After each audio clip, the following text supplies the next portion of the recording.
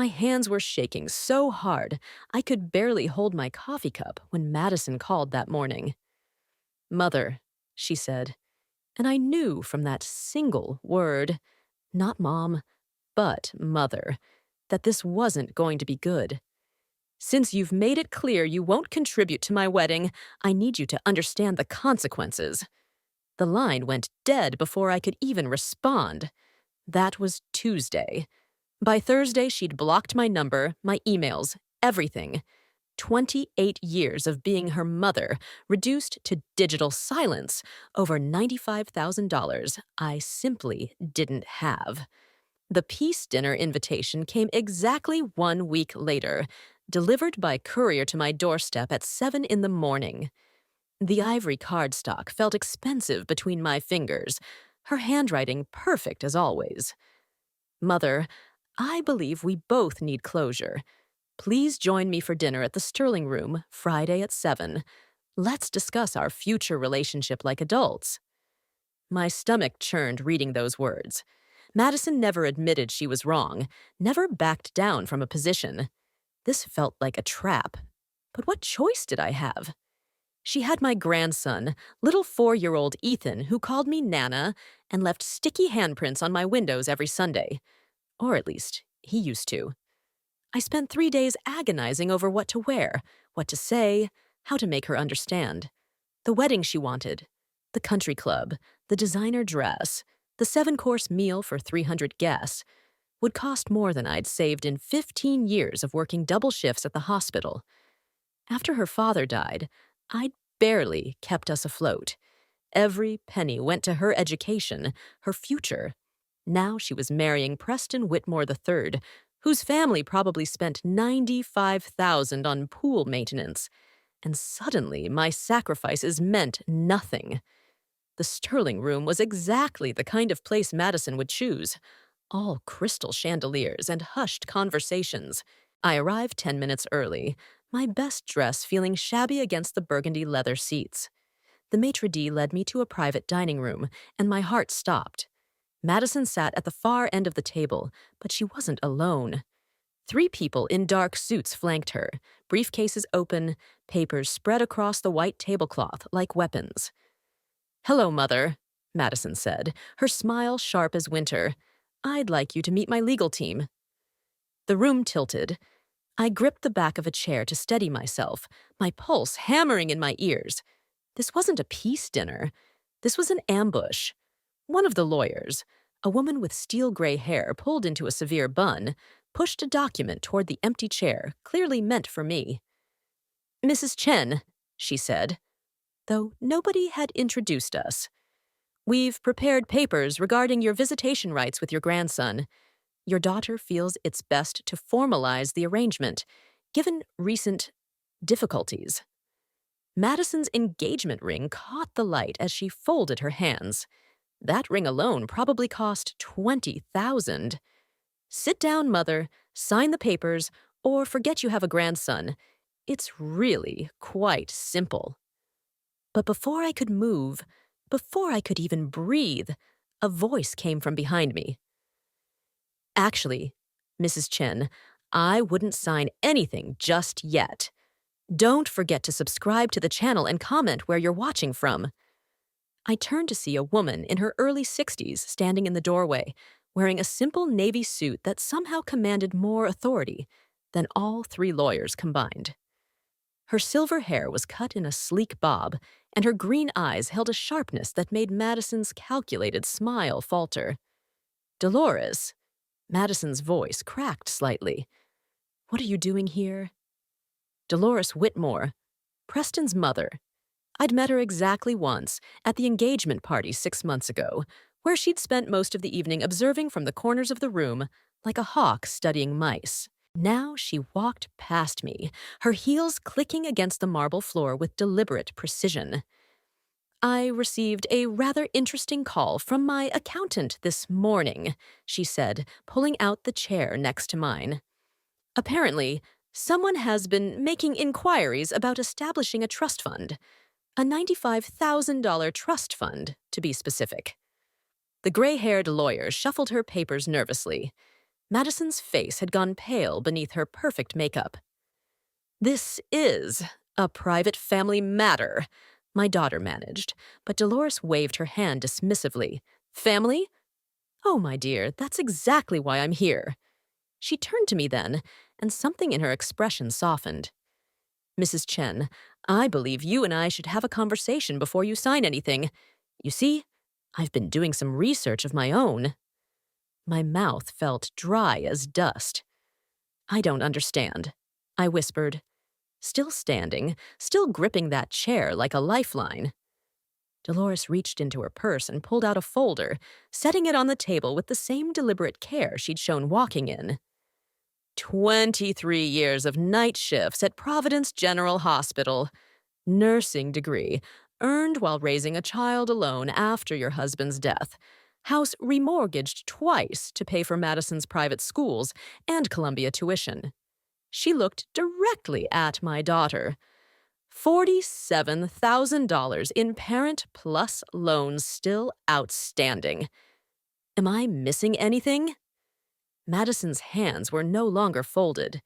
They pressed flat against the table, her knuckles white. "How dare you investigate my mother?" she hissed. But Dolores continued as if she hadn't spoken. "I also discovered something interesting about this wedding budget. The flowers alone are quoted at $12,000. The dress. Oh, the dress is particularly fascinating. $38,000 for something you'll wear once." She smiled, but it didn't reach her eyes. "Tell me, Madison, how much did you contribute to this spectacular event?" The silence stretched between us like a taut wire. One of the lawyers cleared his throat. "Perhaps we should—" But Dolores cut him off with a look that could have frozen fire. "Perhaps you should explain to Mrs. Chen exactly what she's being asked to sign. Go ahead. Read her the visitation schedule you've so thoughtfully prepared." The gray-haired lawyer adjusted her glasses, clearly uncomfortable. She picked up the document, her voice flat and professional. "The proposed agreement limits Mrs. Chen to supervised visitation with the minor child, Ethan Chen Whitmore, one Saturday per month for 2 hours at a location of Ms. Whitmore's choosing. No overnight visits. No unauthorized gifts exceeding $25 in value. No discussion of financial matters or family disputes in the child's presence." She paused, glancing at Madison before continuing. "Any violation results in immediate suspension of all visitation rights." My legs gave out. I sank into the chair, the room spinning around me. Once a month, 2 hours, supervised like I was some kind of criminal. "Madison," I breathed. "He's my only grandchild. I've watched him every weekend since he was born. I taught him to tie his shoes. You refuse to support your only daughter's wedding," Madison snapped, her composure finally cracking. "You chose your pride over family. These are the consequences." But Dolores laughed. Actually laughed. A sound sharp as breaking glass. "Pride? Oh, my dear girl, you really are something special." She pulled another paper from her folder. "This is fascinating. A receipt from Bergdorf Goodman. $4,000 for a mother of the bride dress. Charged to whose credit card? Madison?" My daughter's face flushed crimson. "That's none of your business." "It became my business when you started planning to bankrupt a woman who's already given you everything." Dolores turned to me, her voice gentler. "She used your credit card, didn't she?" Without asking. I could only nod, remembering the shock of that bill, the humiliation of calling to arrange a payment plan. "How did you—" I started, but Dolores smiled grimly. "My son mentioned Madison had been dress shopping. The rest was simple detective work. You'd be amazed what people will tell you when you ask the right questions." One of the younger lawyers stood abruptly. "Ms. Whitmore, perhaps we should reschedule. The circumstances seem to have—" Madison slammed her palm on the table. "Sit down, Bradley. We're not going anywhere until she signs. But Dolores was already pulling out her phone. Preston, darling. Yes, I'm at the Sterling room with your fiancé. No, everything is not fine. You might want to come down here. Bring your father. Madison went white. You called Preston. Dolores, this is between my mother and me. But Dolores's eyes had turned to steel. No, Madison. When you involve lawyers and try to weaponize a 4-year-old child against a grandmother who loves him, it becomes everyone's business. When you attempt to extort money from a woman who's sacrificed everything for you while planning a wedding that costs more than most people's annual salary, it becomes my business. She looked at me again. Don't sign anything, Laura. Not one single thing.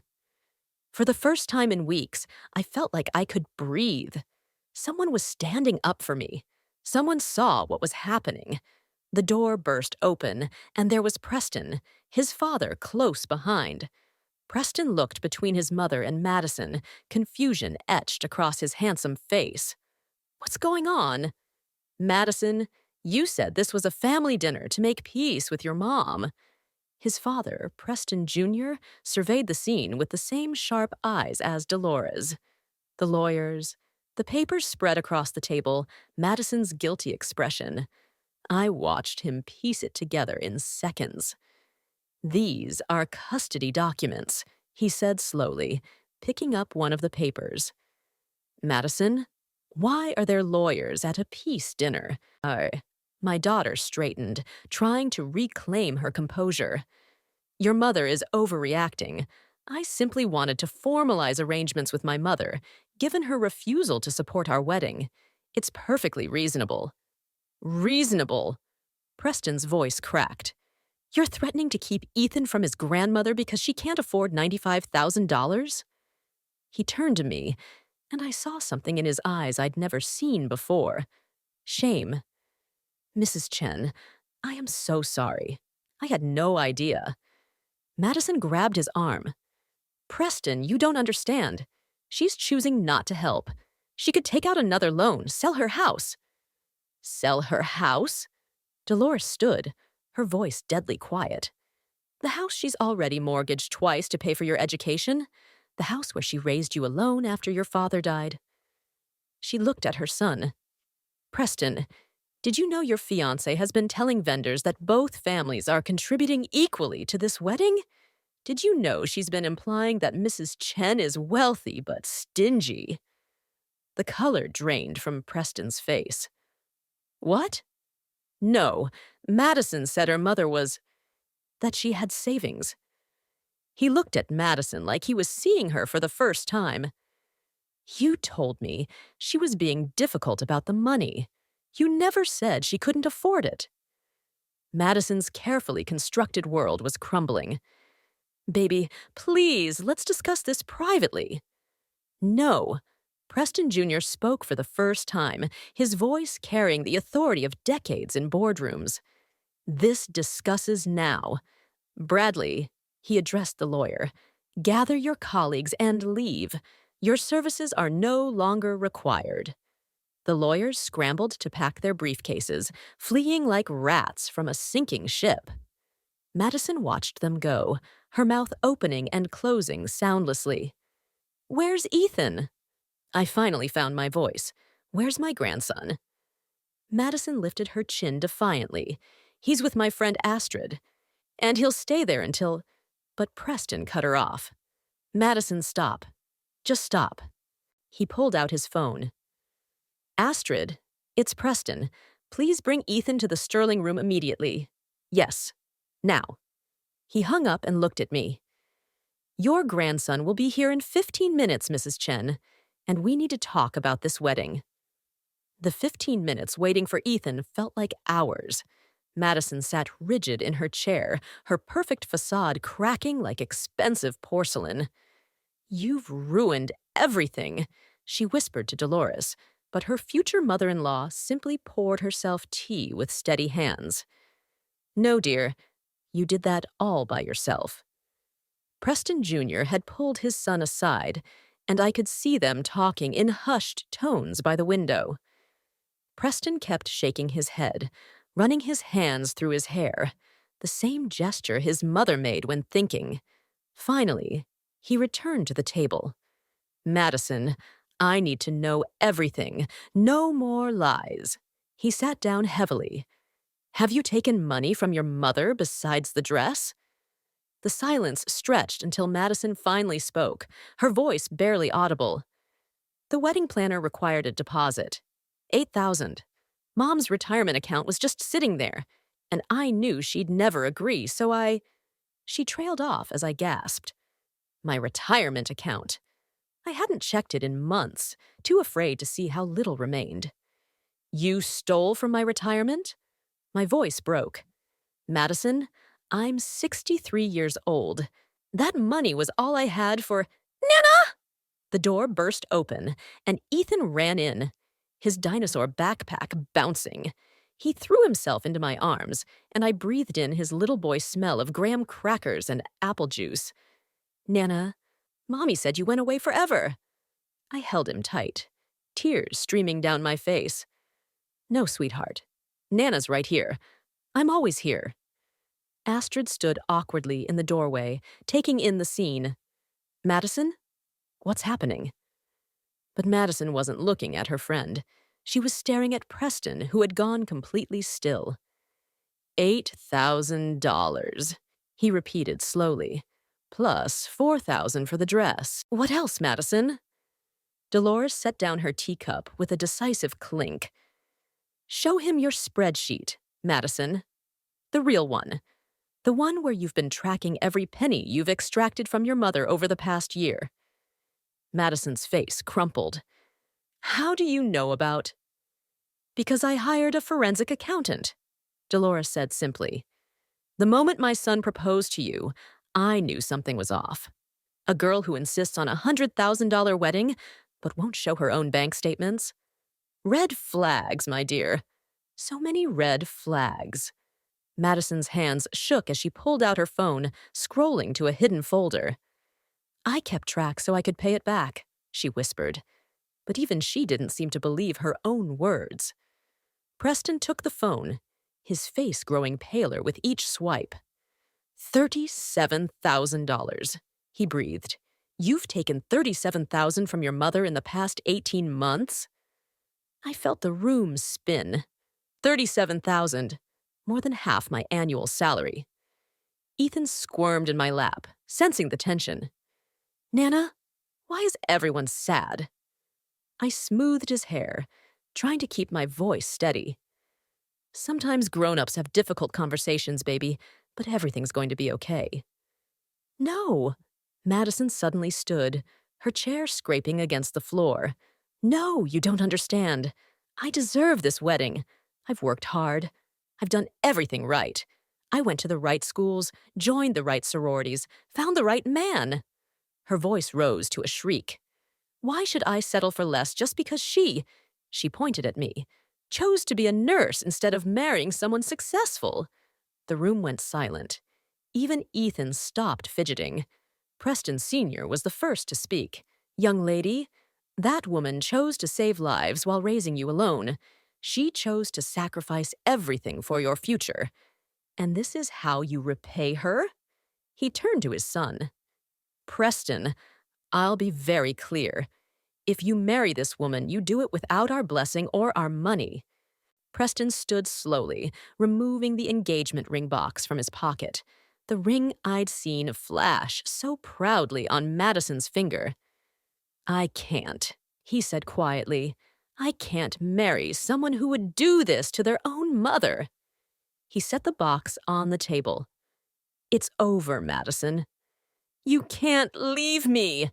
Madison lunged for him, but Dolores stepped between them. Yes, he can. And he will. She looked at me, her expression softening.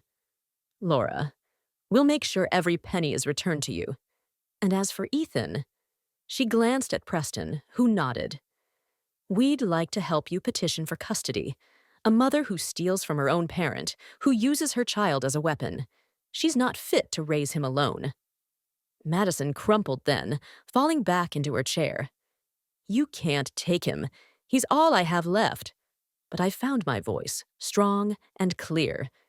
You took everything from me, Madison. My money, my trust, my dignity. But you won't use my grandson as a pawn anymore. I stood, still holding Ethan. I'm done being your victim. Madison's face transformed into something I'd never seen before. Pure, desperate rage. You always loved him more than me, she hissed, pointing at Ethan. Even now, you choose him. She grabbed for her purse, knocking over water glasses in her frenzy. I'll disappear with him. You'll never find us. Astrid already left. Dolores said calmly. And security has been notified. You're not going anywhere with that child. 2 uniformed guards appeared in the doorway, obviously hotel security that someone had quietly summoned. Madison looked trapped, cornered, her perfect hair now disheveled, mascara streaming down her cheeks. Mommy's crying, Ethan whispered against my neck. I held him tighter, turning his face away from the scene. Preston Jr. stepped forward, all business now. Madison, here's what's going to happen. You'll return every penny to your mother within 90 days, or we'll pursue criminal charges for fraud and elder abuse. You'll sign custody papers giving Laura primary custody of Ethan. You'll get supervised visitation, pending a psychological evaluation. You can't do this, Madison sobbed, but she was deflating, all the fight draining out of her. I'm his mother. I found myself speaking, my voice stronger than it had been in years. You're right. You are his mother, and I pray that someday you'll understand what that really means. It means sacrifice, Madison. Real sacrifice. Not stealing from the person who sacrificed everything for you. Dolores pulled out a chair for me, and I sat back down, Ethan still clinging to me. Laura, we have a guest house on our property. It's yours for as long as you need while we sort this out. No rent. You need time to heal and figure out your next steps. Preston added quietly, and Ethan can stay with you. We'll make sure of it. I looked at these people who'd been strangers an hour ago, now offering more kindness than my own daughter had shown in years. Why? I asked, my voice breaking. Why would you do this for me? Preston Sr. spoke up. Because family isn't just blood, Mrs. Chen. It's about how you treat each other, and you've shown more grace tonight than most people would in a lifetime. He looked at his wife. Dolores's father was a teacher who worked 3 jobs to put her through school. We understand sacrifice, we respect it, and we won't let anyone punish you for it. Madison was led away by security to gather her things, her designer heels clicking a sad retreat against the marble. The sound of my daughter leaving, maybe forever. But I didn't call her back. I couldn't save her from herself anymore. 3 months later, I stood in the kitchen of the Whitmore's guest house, watching Ethan play in the garden through the window. The morning sun caught his hair as he chased butterflies, his laughter floating through the open door. The custody papers had been signed within a week. Madison had no choice, not with fraud charges hanging over her head. She'd returned $28,000 so far, the Whitmore's lawyers ensuring every payment. Nana, look! Ethan ran inside, holding a painted rock. Ms. Dolores helped me make it for you. We'd developed an unexpected routine. Dolores joined us for tea twice a week, teaching Ethan about the garden, sharing stories about Preston's childhood. She'd become the grandmother I'd always wished Madison had given him. Patient, present, full of wonder at small things. The legal proceedings had been swift. Madison got supervised visitation every other Sunday, 2 hours at a neutral location. She'd shown up to exactly 3 visits, each time thinner, quieter, her designer clothes replaced with simple dresses. Last week, she'd broken down crying when Ethan called her Madison instead of Mommy. I'd felt my heart crack, but I couldn't fix this for her. Not anymore. Preston had moved to London for business, needing distance from the scandal. He'd sent a letter last month. Mrs. Chen, I'm learning what real love looks like. The kind you showed Madison even when she didn't deserve it. Thank you for teaching me that. He'd included a check for $5,000. Not charity, he'd written. Just one person helping another. My retirement account was slowly recovering. The Whitmores had hired their financial advisor to help me restructure my debts, consolidate the loans. At 63, I was finally learning to budget for myself instead of always giving everything away. The night shifts at the hospital felt easier now, knowing I'd come home to Ethan's drawings on the refrigerator instead of an empty house. Laura! Dolores appeared in the doorway, holding an envelope. This came to the main house. It's from Madison. My hands trembled as I took it. 3 months of silence, and now this. Inside, her handwriting was shaky. Mom, I'm in therapy. I'm working a real job. I know you can't forgive me yet. Maybe never. But I need you to know. I finally understand what you tried to teach me. Love isn't about what someone can give you. It's about what you're willing to give up for them. You gave up everything. I'm sorry I couldn't see it. I read Madison's letter 3 times before setting it down. Ethan had wandered back outside, his happy chatter mixing with birdsong. What will you do? Dolores asked gently, settling into the chair across from me. I'd learned she had a gift for appearing exactly when I needed someone to talk to. I don't know, I admitted. Part of me wants to protect Ethan from more disappointment, but part of me... I touched the letter. She's still my daughter. She'll always be my daughter. Dolores nodded slowly.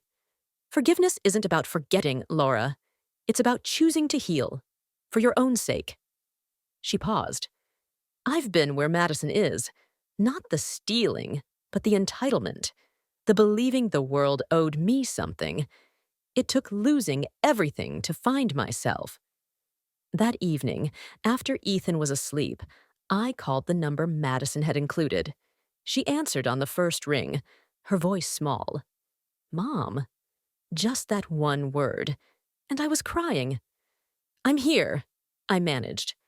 I'm listening. She told me about her job at a nonprofit, helping families in crisis, about her tiny apartment, her therapy sessions twice a week, about how she'd sold her designer clothes to make the restitution payments. I dream about him, she whispered. About Ethan. Does he ask about me? Sometimes, I said truthfully. He's confused, but he's adjusting. He's happy, Madison. That's what matters. The silence stretched between us, years of hurt and disappointment. Then she said, I want to earn the right to be his mother again, not through lawyers or threats, but by becoming someone worthy of him, of you. 6 months later, I watched Madison walk into the community center where supervised visits happened. She looked different, not the polished princess anymore, but someone real. Ethan ran to her, and she knelt down, letting him show her his new dinosaur book. She glanced at me, and I saw my daughter again. Not the one who'd tried to destroy me, but the little girl who used to fall asleep in my arms after my double shifts. Thank you, she mouthed over Ethan's head. I nodded, feeling something shift inside me. The Whitmores had given me more than a home. They'd given me the strength to choose love over bitterness. My bank account was healing, but more importantly, so was my heart. Dolores often said I'd saved her son from a terrible mistake. But the truth was, they'd saved me, too. From a future where I'd lost both my daughter and my grandson to pride and pain. 2 years have passed since that night at the Sterling Room. I'm writing this from my own small house now. The Whitmores helped me find it. A cozy 2-bedroom, perfect for Ethan and me. My retirement account is restored, my debts are manageable, And I've even started a small emergency fund. Dolores jokes that I've become quite the financial wizard. But really, I just learned to value myself the way I'd always valued others. Madison completed her restitution last year, every penny returned, plus interest she insisted on adding. She sees Ethan every weekend now, unsupervised. It took 18 months of consistent therapy, parenting classes, and patience, but she earned it. Last month, she brought her new boyfriend to meet us, a teacher, quiet and kind, who looked at her the way her father once looked at me, like she was worth cherishing, flaws and all. Nana, Mom's here, Ethan calls from the front window. He's 6 now, losing teeth and gaining confidence. He knows his story in age-appropriate pieces, that Mommy made mistakes but is working hard to be better, that families can look different but still be full of love. Dolores and Preston Sr. are Grandma D and Grandpa P now, fixtures at every birthday and holiday. Preston returned from London last Christmas, engaged to a pediatric surgeon he met at a charity event. He hugged me at Ethan's birthday party, whispering, "Thank you for showing me what real family looks like."